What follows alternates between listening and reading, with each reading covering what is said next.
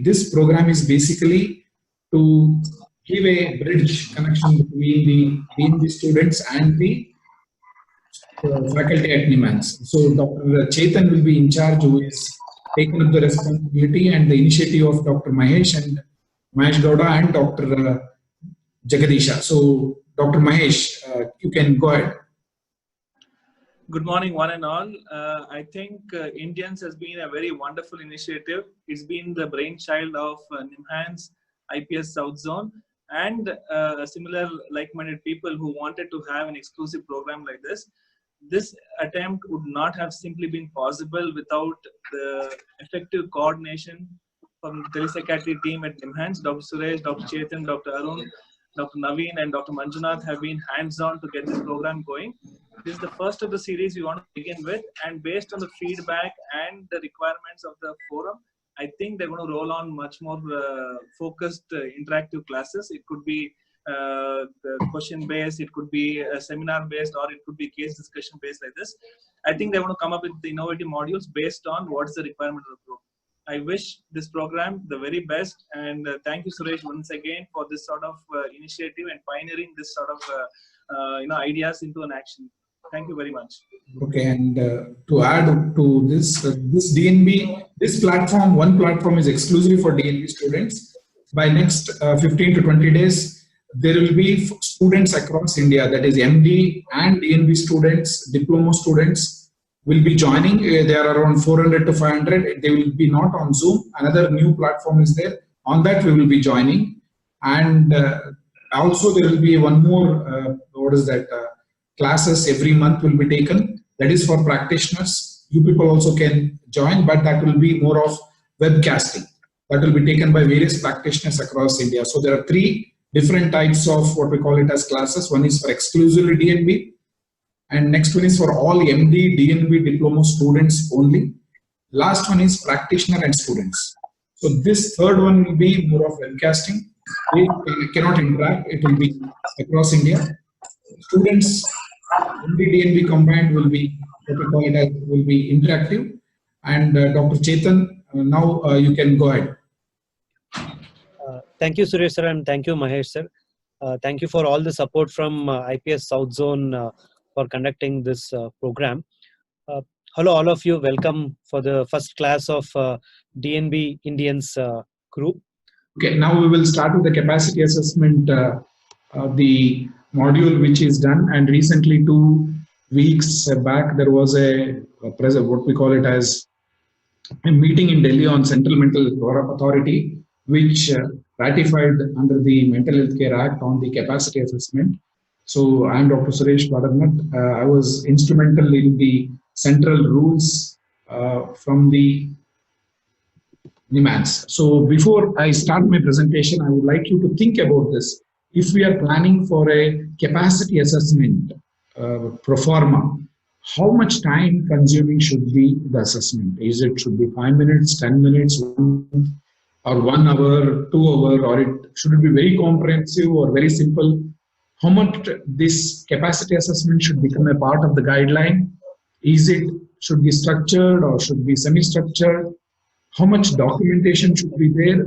How much this assessment should change your psychiatric practice? This is the question we should answer before we embark on the capacity assessment, what we are going to plan. So under the Mental Health Care Act, Section 81 talks about forming a committee which will do a assessment pro forma or assessment guidelines, which will be used in Mental Health Care Act under Section 4, which talks about capacity for mental health care decision making, especially treatment and admission. So the capacity assessment with regard to property and finance will be taken care under RPWD Act, Section 12, 13, 14. But now we are focusing on Mental Health Care Act on capacity assessment with regard to treatment. Now coming to what is mental capacity. The capacity is ability to do a particular thing. What is mental capacity? The mental capacity is the ability to make a particular decision at the time it needs to be made and at the relevant time. So it's basically, if you look at the Mental Health Care Act, it says every person including person with mental illness, is deemed to have capacity unless otherwise it is proved. So everybody has capacity. That is, the law takes a decision, or what we call it as legal by maxima, they say, where the law says everybody has capacity. And also, if you look at the Constitution of India, it talks about Article 21. That is, Constitution says right to life and liberty. So everybody has the liberty to decide what they want to do.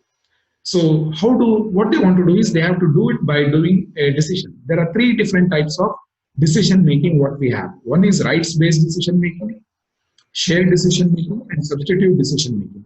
If you look at the decision making spectrum, on the left hand side there is a complete liberty, that is one. On the other side is best principal interest on the right hand side. So the best interest principle, best example I can give you is your parents deciding about your marriage. Your dad and mom know best for you. That is the best interest principle. How much of you people are happy with this kind of decision making? Best interest principle.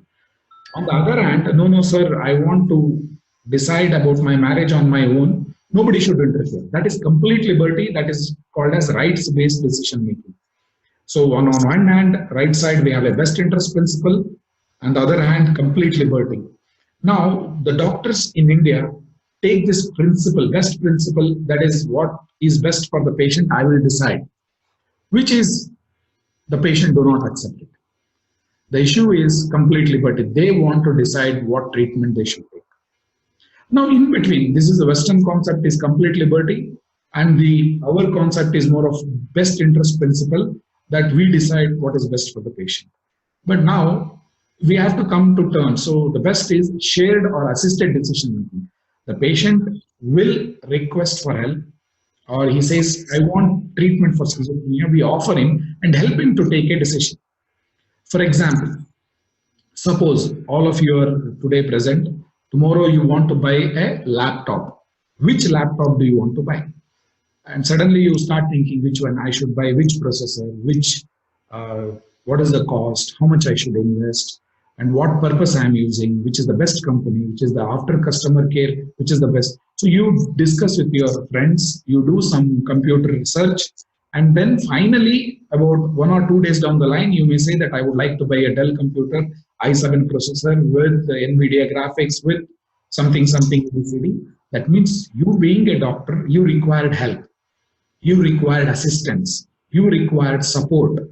So similarly, the patient requires assistance, requires support for a decision making. So the best part of taking decision is shared decision making. That is what is in the spectrum what we have shown. Coming to the understanding between what is capacity and competency. Capacity is a clinical term, competency is a legal term. Capacity, though it is written in the law, it is a clinical domain. Competency is a legal term, and it is in a legal domain. The judge will say a person is competent or incompetent. The person, if he is competent, means he is a legally valid person in the eye, but in the eye of the law. If the court says that he is an incompetent person, he is not fit to do any legal transaction.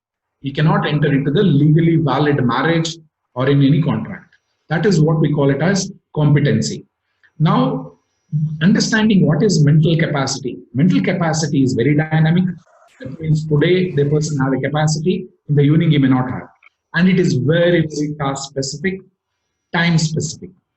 And it is a spectrum in nature, what I told you, and requires assistance for varying degree. And it is basically clinical, it may be temporary and permanent. Coming to understanding what is dynamic. Suppose imagine a person takes alcohol, he is intoxicated. He may not be in the position to give capacity because he is intoxicated. After 5 or 8 hours down the line, he may regain capacity. Now coming to task specific. What do you mean by task specific? The task specific is nothing but a patient who is severely schizophrenia, he is there, and he is not able to decide on many things, but you ask him, what do you want to have for breakfast? He says, I want to have parota for the breakfast.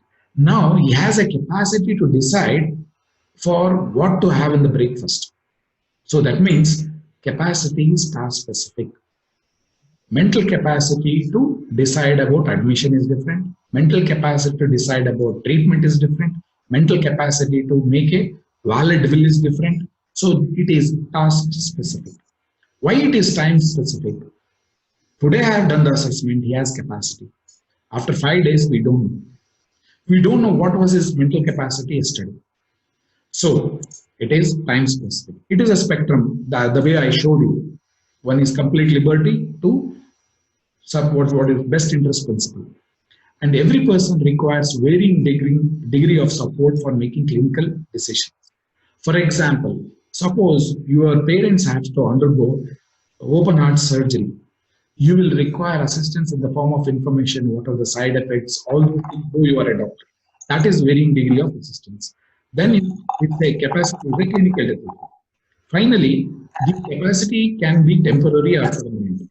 Permanent in case of dementia. A person with severe dementia may have a complete loss of permanent mental incapacity may be there. Moving to the next domain, mental capacity does not equate to any psychiatric diagnosis. That means this person is schizophrenia doesn't mean he has incapacity. Please understand, even if you make a diagnosis of delusional disorder, it does not validate as mental capacity. So psychiatric diagnosis and mental capacity, they are not equivalent. Similarly, presence or absence of insight does not say it is equivalent to mental capacity. For example, a person who is drinking alcohol daily and emits a diagnosis of alcohol dependent syndrome, and he says, I don't have any problem, but he has mental capacity to decide whether he will take treatment or not. Similarly, cognitive impairment. A person has mild cognitive impairment does not equate to mental incapacity. Substance abuse or intoxication, poverty, looks, educational qualification. So that means these variables are part of capacity, but they cannot be equated to capacity. That means, basically I would like to say is, it is a part of the capacity, these insights, psychiatric diagnosis, cognitive impairment, but it doesn't equate to the whole thing. The another biggest mistake many people do is they start comparing about Mental Capacity Act, which should be stopped because Mental Capacity Act of UK is more of financial issues. In Mental Health Care Act, it is very specific for treatment and admission. There are various capacity assessment tools like MacArthur Competency Assessment Tool, Brief Informed Consent Test, Quality of Informed Consent Questionnaire, Evaluation to Sign Consent, Competency Assessment Interview. In this, the best is the MacArthur Competency Assessment Tool. Though this is one of the best, but it has a spectrum and it does not, at the end of the assessment, it does not say person has a capacity or he does not have a capacity. It ultimately says the clinician has to take a decision. It will give some scoring, but there is no cutoff scoring which says that yes, the person has capacity, the person doesn't have capacity. Coming to Mental Health Care Act 2017 and capacity assessment. Capacity to make mental health care and treatment decision is under Section 4 of Mental Health Care Act. What does it say? It says every person, including persons with mental illness, shall be deemed to have capacity to make decision regarding his mental health care and treatment. There are three components for this. The person understand the information that is relevant to take decision on treatment or admission or personal assistance. B, appreciate any reasonable foreseeable consequences of a decision or lack of decision on the treatment or admission or personal assistance. C, communicate the decision. Basically, it has been divided into three important things: understanding the information, appreciating the information, appreciating the risk, and communicating the disease. So these are the three important variables for capacity to consent under the Mental Health Care Act. What are those three? Again, I'm repeating: understanding the information, that is comprehension; appreciating the risk. Risk is basically whether if I take treatment, what are the benefits, what are the risks? If I don't take treatment, what are the benefits, what are the risks? And communicating the decision.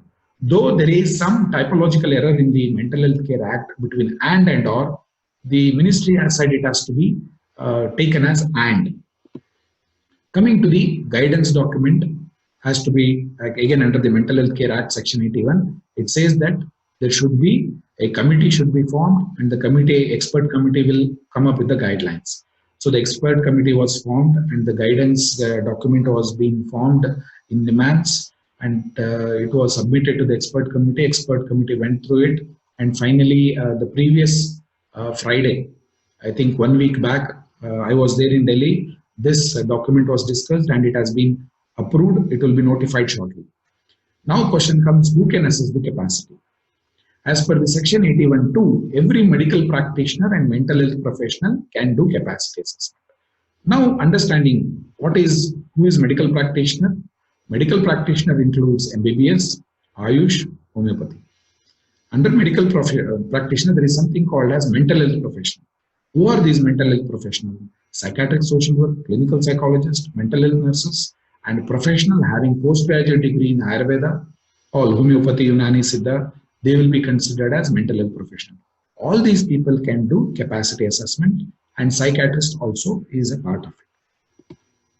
Coming to the principles, what are the principles of capacity assessment under Mental Health Care Act? Section 14(9) talks about all persons with mental illness shall have capacity. That means the Act says everybody has capacity. And also, it also talks about the second principle, unwise decision. Where a person makes some unwise decision doesn't mean that he doesn't have capacity. The best example I can tell you is, imagine a person comes with schizophrenia and says, I want to take only homeopathy treatment. According to you, it may be an unwise decision. But it says, no, it is an appropriate decision. It is his capacity is there and he can take a decision. Or else the patient may say, I would like to take only 3 mg of Risperidone. According to you, it may be unwise decision, telling that 3 mg may not help, but the law says it doesn't, unwise decision doesn't equate to loss of capacity. That is the way the law has taken. The unwise decision is invariably not related to the risk assessment. It is the choice because of being in certain culture, because of certain religion, because of certain background, because of the certain economic decision. He decides about unwise decision. For example, I can give you one more unwise decision which can be easily told is, a person comes and says, I want to buy Ferrari. According to you, you may not be able to offer, sir, it is unwise decision to buy a Ferrari in India. For him, it may be he can afford the Ferrari car. For him, it is wise decision. So unwise decision is not from the perspective of the psychiatrist or the caregiver. The unwise decision should be taken from the aspect of patient background. So unwise decision cannot equate to loss of capacity. Coming to the mental illness. Say a person has a mental illness does not equate to loss of capacity. Please understand that.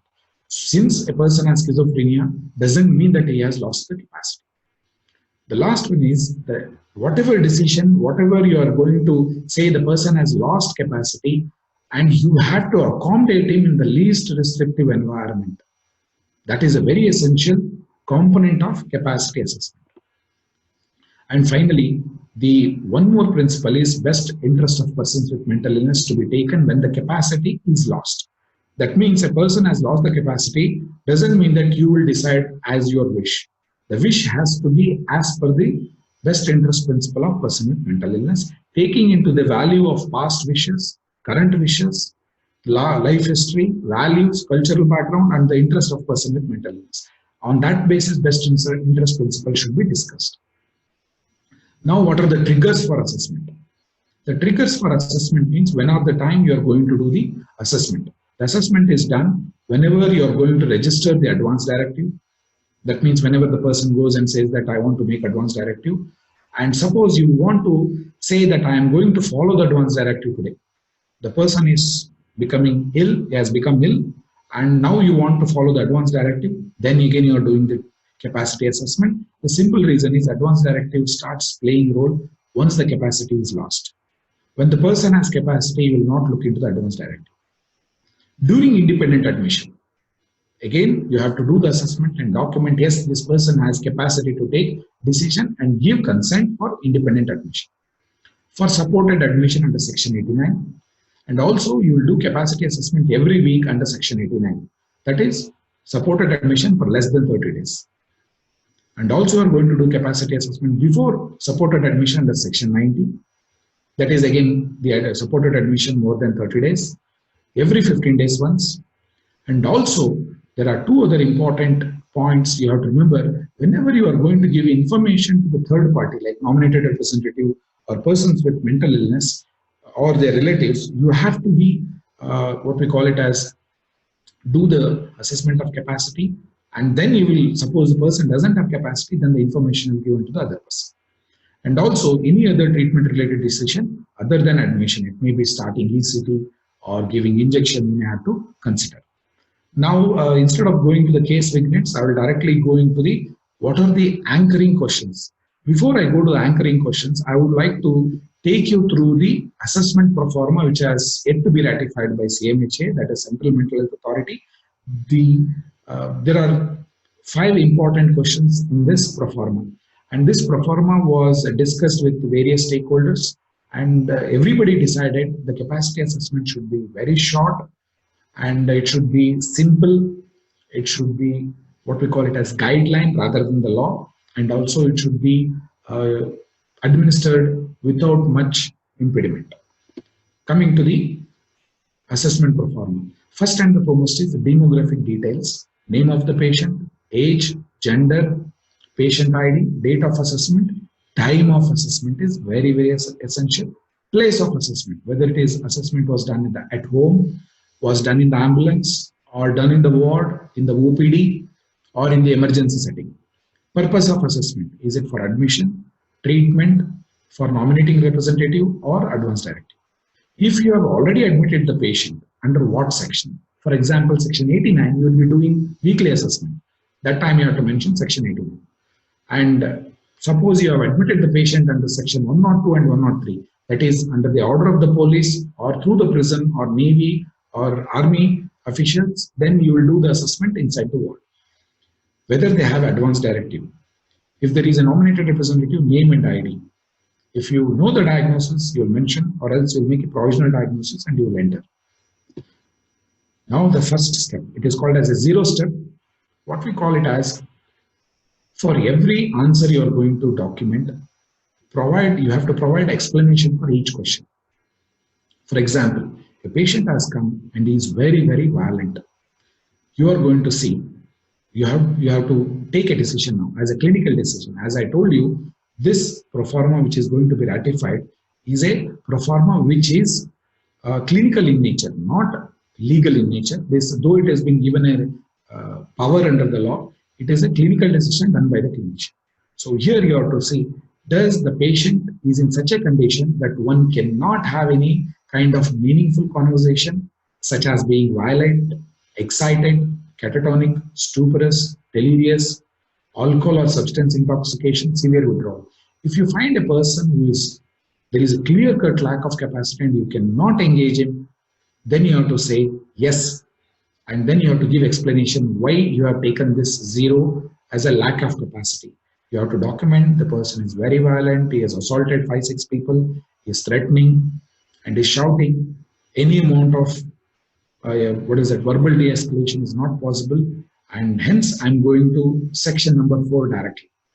What is section number 4? Section number 4, you are going to sign telling that this person does not have capacity, and you will take a signature of the NR.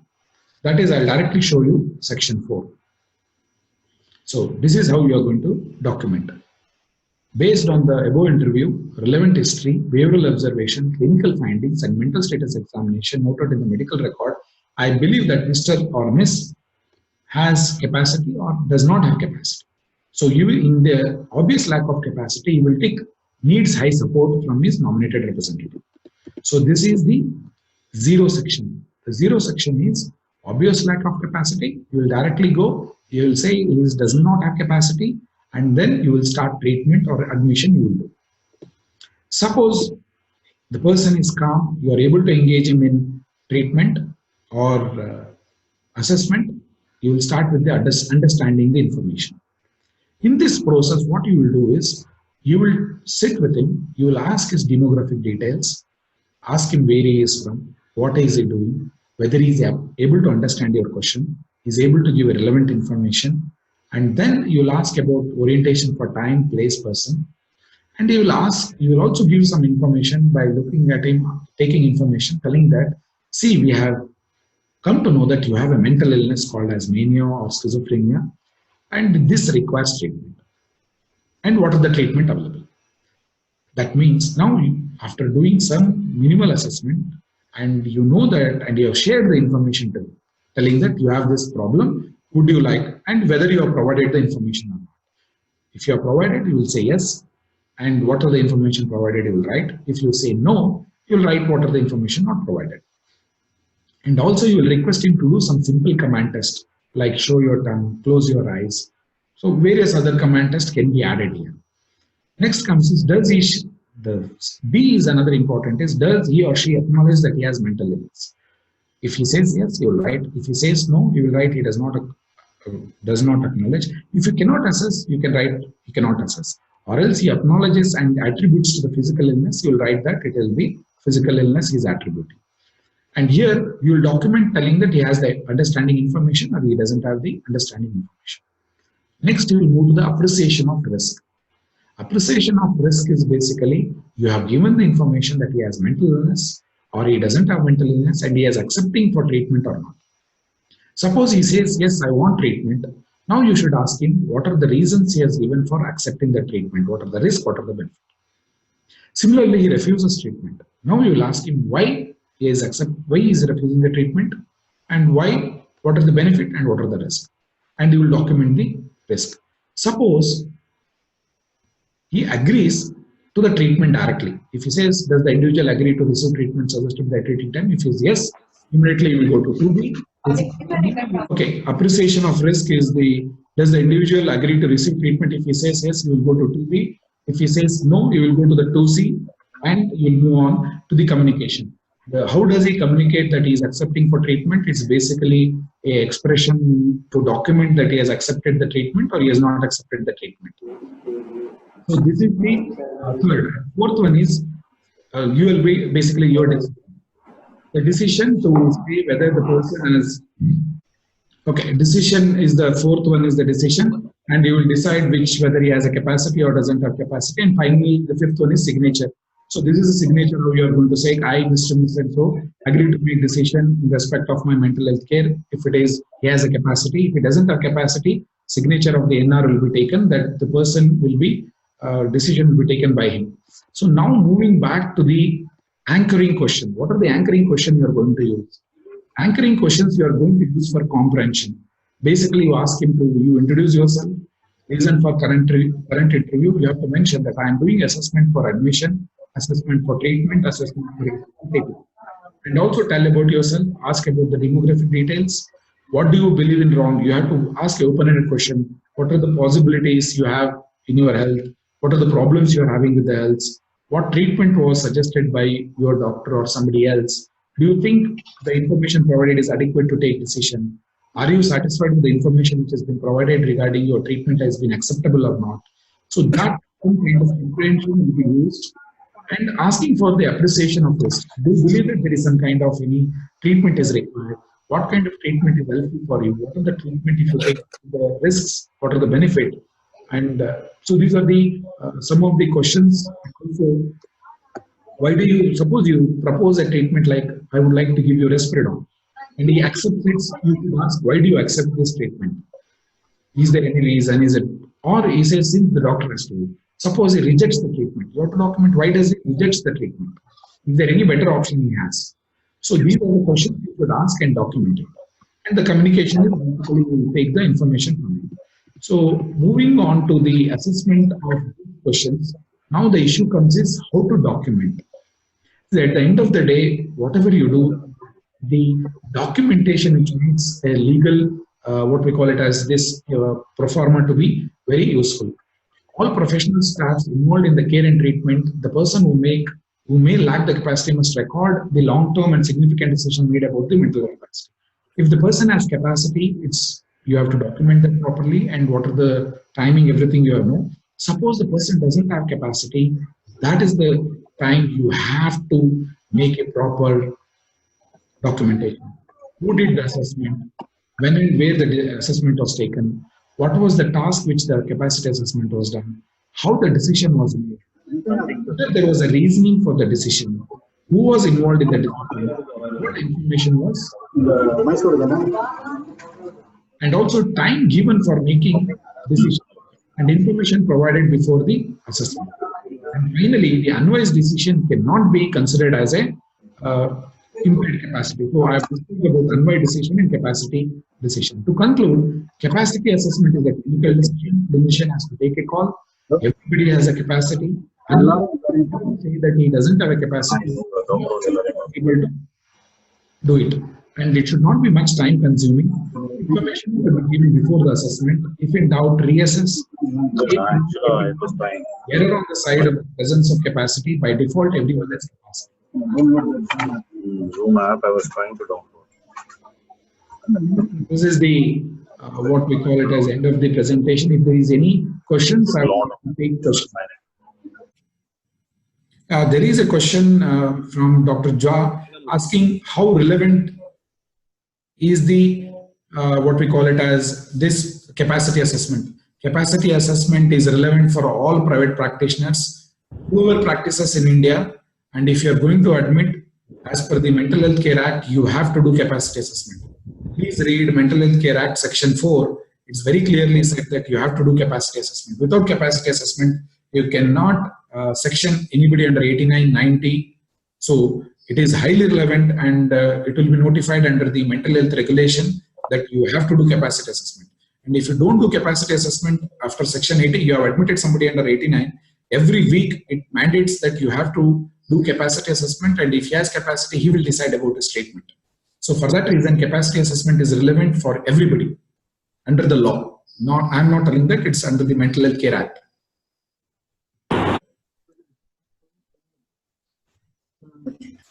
So what is the rate, how to rate and score the?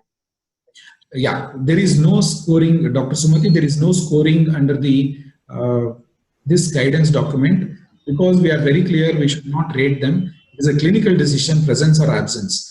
Even in across the world, there is no instrument which will say this score 10 will give capacity, doesn't give capacity. There is no rating scale available across the world. The rating under MacArthur scale, finally it talks about, it says is, the person is scoring this much score and the doctor has to decide. So it is a clinical decision. So I don't want to tell tomorrow the person scored out of 10, 6 he has capacity, 6 he doesn't have capacity. So that will be a completely wrong phenomena, because finally at the end of the day what happens is, it depends, though a person has paranoid schizophrenia, he may lose capacity in the morning or in the afternoon or in the evening, but he has capacity for various other purposes. So capacity assessment is specific for specific task. Specific, for example, for admission is separate, for treatment is separate, for ECT is separate. Suppose he wants to buy a house, that is separate. So the capacity assessment varies. You cannot have an instrument for everything. It is a guidance document. Suppose you are doing assessment for admission, you will use all admission words. Suppose, according to us, like if I am assessing a person for admission, I'll say, I'll introduce myself, I'll take his information, I'll tell him this assessment is done for your admission because we feel, or after the assessment, we found that you have paranoid schizophrenia. So this schizophrenia is ABCD, and these are the symptoms, these are the signs, and this will lead to, if you don't take treatment, what happens? If you take treatment, what are the benefits, what are the risks? And if you don't take treatment, what are the benefits and what are the risks? Now you ask him, would you understood what are the information given? Okay, what did I tell you? Do you have any schizophrenia? Okay, what does he respond? Now you ask him, would you like to take treatment? If he says yes, okay, what makes you to think that you should take treatment? Can you elaborate on that? If he says yes, fine. If he doesn't say no, I don't want treatment. So what are the possibility, what are the reasons you want to refuse for treatment? You ask those questions. Next one is whether he is able to communicate. So these are the areas you have to take. Suppose if you're asking for treatment, then the issue changes. If you're asking for property issues, the capacity assessment changes. So for every task, you cannot have a capacity assessment board. So it is more of a guidance document rather than an instrument which gives severity. So any other questions? So there's a question from Dr. Deepali Negi. Okay. In the chat. Yeah, go ahead. Sir, in case of patient admitted under it went off? Just a minute. Section 86, Okay. and had mental capacity, Hmm. now stable on treatment, but refuses to be discharged. How to proceed with such a case? Okay. See, if a person has capacity, see again, if you look at the section 86, it's very clear. It is a voluntary admission. And with that, even the person comes and says, I want to get admitted. He has to say, I want admission. He has capacity. The third reason for admission will be, you have the wordings in the act is very clear. The illness is so severe, he will benefit from the treatment. Suppose after admission, you found that he is doing well, you can go ahead and discharge it, telling that his capacity, his severity has come down, and this illness need to be treated under the least restrictive environment. You can discharge it. So, hope that makes your point very clear, and that is the way to go. But if he has severity is very severe, you may not be able to discharge. But if he has the severity has come down, clinical severity has come down, you can discharge. Though he says, I don't want to go. Because at the end of the day, that is again a clinical decision you will be taking on the basis of his severity. Dr. Mahesh, would you like to add? I think it's vital that all our treatment-based decisions are subsequent to a capacity assessment like this, and I think we all have to be trained, and capacity is going to become the most important foundation step for treatment, and this can also be the cause for most of the medical legal issues that are going to arise. So unless we have the specified number of assessments according to the act specified, I think we're going to have a lot of problems. I think this presentation was quite lucid, and to begin the whole Indians topic with a topic like capacity assessment, I think talks volumes that this is going to be the foundation of all further treatment that's going to happen in the institutes to come. Dr. Chetan, Dr. Arun, would you like to add?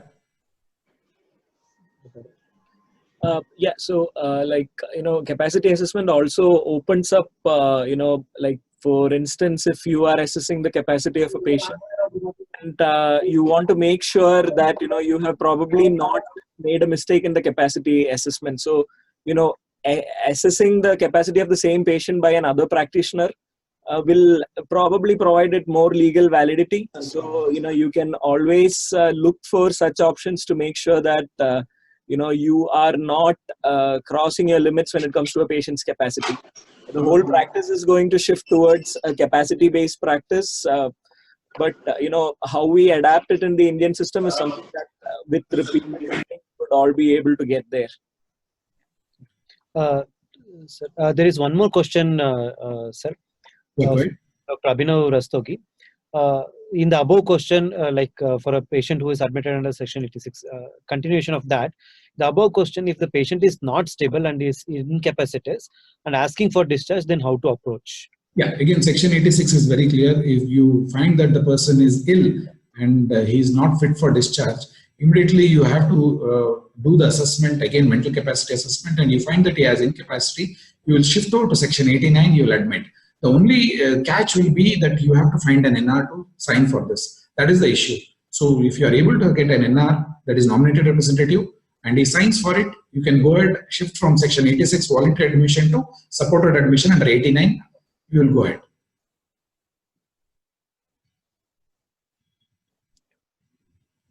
Are there any more? I made my point very clear. Yes. Are there any more questions? Definitely, I expect in the DNB exam, one question on capacity assessment. Because invariably, the whole Mental Health Care Act revolves around capacity assessment. The way Dr. Mahesh has told, it revolves, the whole act revolves around the capacity, whether a person has capacity or not. Capacity to take his own decision. That is the issue. Whether he has mental illness is secondary. A person can take his own decision or not. That whole thing revolves around this assessment, and for admission, for treatment, for to continue to be in the hospital, and also for various, what we call it as ECT procedures, we may have to do the capacity assessment, and also for the advance directive registration, and also to revoke or invoke the advance directive, we will be using this capacity assessment. I think Chetan, I think we can tell about the support part, and we can close the session. Yes. Before ending the today's session, thank you, Dr. BMS sir, for this lucid presentation. I would say capacity assessment, not only for admission and discharge and various other things, our entire practice will revolve around capacity assessment in the future. It was supposed to be in the past also, but for many reasons, in Mental Health Act of 1987, it was not given its due importance. Mental Health Care Act of 2017 has given a lot of importance on capacity assessment, and this is the way forward for all of us, whether we are in private practice or whether we are in a government sector, whether we are in a general hospital. It doesn't matter. We are seeing a patient, and we are having a combined decision with the patient for anything. This would require a capacity assessment. So thank you, Dr. BMS, for such a lucid presentation. Okay, this presentation, the whole Academic Indians is supported by Linux through an academic grant to NIMHANS. So this 1-year program will be supported by them. Thanks for the Linux Laboratories for the same.